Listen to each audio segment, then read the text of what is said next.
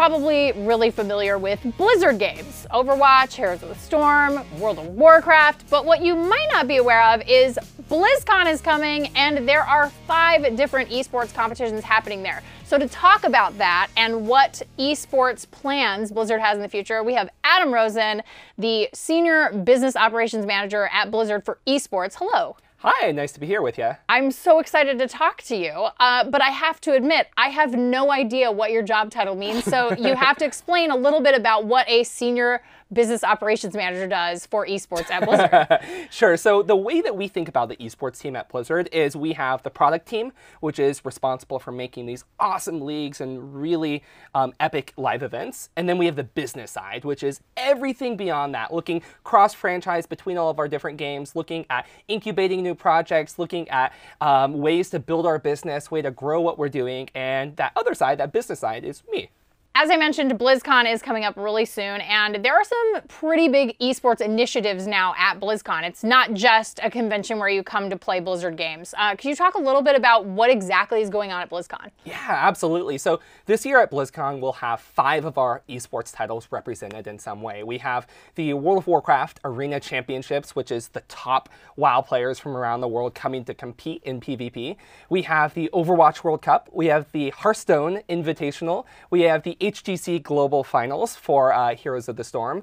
And we also have Heroes, WoW, Overwatch, StarCraft, WCS Global Finals at BlizzCon as well. Amazing. So one of the games that you mentioned, obviously Overwatch, huge game, lots of fan support, and there is now a Blizzard Arena that just opened up next door to our building, actually. And I'd love to hear a little bit more about the plans for Blizzard Arena after BlizzCon is over, because that's obviously a continuation of your esports plans. Yeah, absolutely. So one of the things that we did when looking back over the last year is we took a look at all of this amazing content we were creating, looked at all of these leagues and said, how do we create an awesome experience for our fans year round? One of the things that we've seen that we've done well in the past is at events like BlizzCon, where we have 30,000 people coming together, provide this opportunity to fans to not only interact with our leagues, but also to interact with each other. And we thought there was a great opportunity to create something where fans didn't have to wait till BlizzCon. They could come and have that experience year round. So we opened Blizzard Arena, which is over 50,000 square feet, just right next door here in Burbank. And what we'll be doing there is essentially looking to create the next generation of esports content. We have a facility where we will be kicking off shows for all of our esports games. So earlier this month, we had Overwatch Contenders there. We had the Hearthstone HCT Summer Championships. And just this week, we have opening week for BlizzCon with Heroes of the Storm and with World of Warcraft. So after BlizzCon, what are we looking towards? We're looking towards Overwatch League. We'll be launching the preseason in December, and then we will be having the regular season starting in January, where all of those matches will be taking place in Blizzard Arena. So with Overwatch League, I actually am a little bit confused about the difference between Overwatch League and Overwatch World Cup. So is this going to be something like these 2 different things coexist with each other? Or is it something where you feel like Blizzard might merge them in the future? So we see Overwatch League in the future being the premier competition for Overwatch. The best of the best players from around the entire world come together and compete. And they show off the highest level competition in the whole world. We see World Cup also being a really interesting part of the ecosystem, where with Overwatch World Cup, you get to see your favorite players, but participating and competing against each other, representing not their traditional teams, but representing countries with other people that are from the same country as them. So we see it as a really interesting opportunity for fans to root for their players in a new way. And then I think in general, the way that we think about esports is, for us, when we look at esports, having that top level professional league is really important, but it's also really important to have all of these other elements below that, right? So when we look at country versus country, or we look at semi-professional, or we look at collegiate, all of these are really great opportunities for players to participate, but also fans to engage with the games in different ways. So we might see, say, a player from the Los Angeles Valiant and somebody else from Boston playing on the same Overwatch World Cup team at BlizzCon one year. You know, one of the most interesting things for us is World Cup is that opportunity to see these matchups that you maybe don't traditionally see. You could see players who come from the same team traditionally on opposite sides and knowing each other's strategies and strengths and weaknesses. Or you could see those 2 players that you always wish could play on the same team but never could, coming together and seeing if they dominate.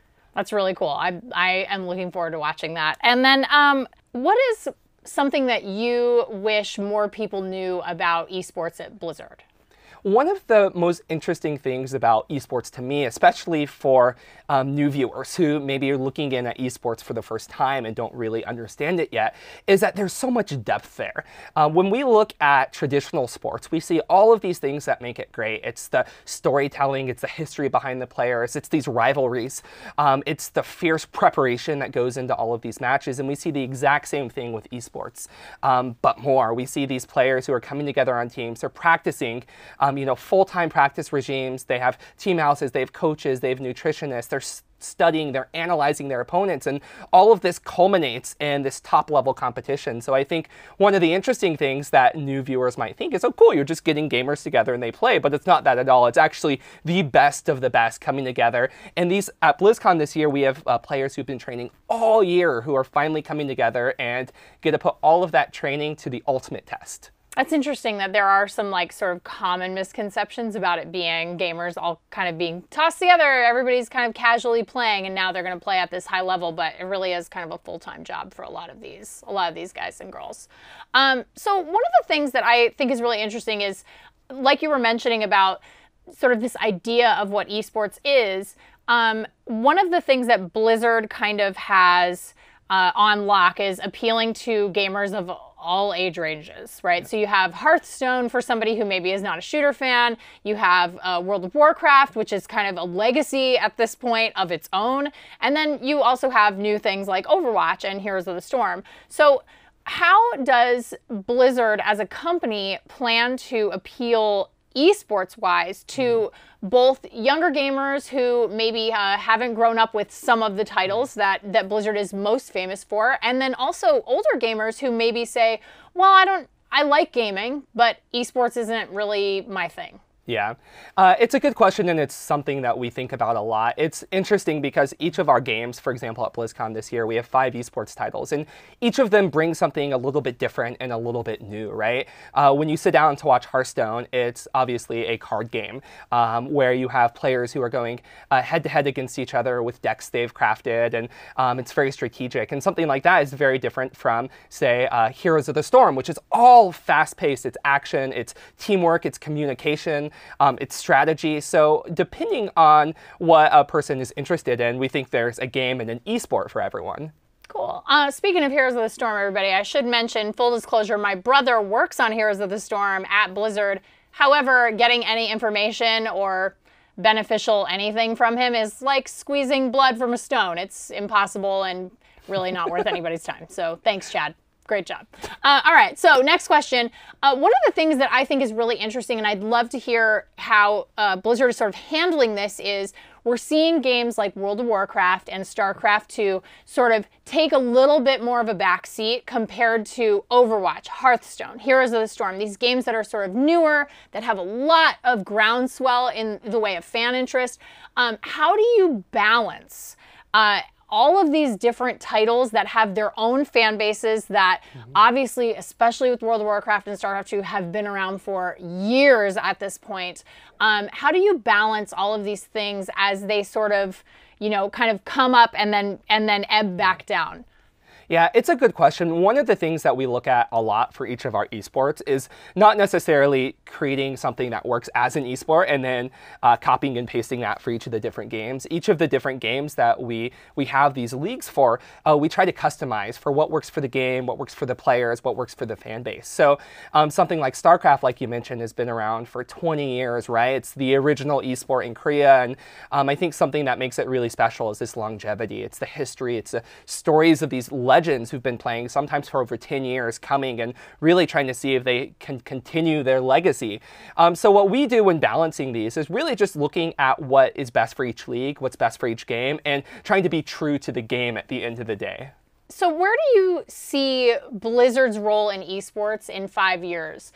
I know here in the States, we've kind of had a little bit more of a slower sort of build up to this explosion of esports that we're now kind of seeing the beginnings of. I know a lot of people who are really into gaming feel like esports is here, it's huge, it's a big deal in my life, but maybe not to everybody in the country like say South Korea, esports is not quite at the level of, you know, rock stardom that these players in other countries might experience. So where do you guys see Blizzard in the way of esports in 5 years? Where we see Blizzard, we see esports as a whole as being a really fundamental part of culture. So if we're looking 5 years out from now, what I expect is that we should be able to look out on the world, and wherever we talk about sports and we talk about competition, esports is in that conversation in the same way that soccer and baseball and football are when we talk about sports. StarCraft and Overwatch and Hearthstone should be right there as a part of that. So 5 years out, esports is a fundamental part of culture, and Blizzard is driving that forward. So on the eve of BlizzCon 2017, I have to ask the obligatory Blizzard fan question, which is, can you tell me anything secret that the company's going to announce at BlizzCon? Yeah, absolutely. So I actually brought the script for opening ceremony. So perfect. We'll just read that right after. It's totally fine. I'll just wrap up this video right now, and yeah, then we'll check it out. Guys, that was our interview with Adam Rosen. Thank you so much for coming to the studio and talking about esports and Blizzard with us. We will have more BlizzCon coverage on our social media channels that you guys can check out. We're at CNET. And please feel free to let me know what your favorite BlizzCon esport is in the comments. Bye, guys.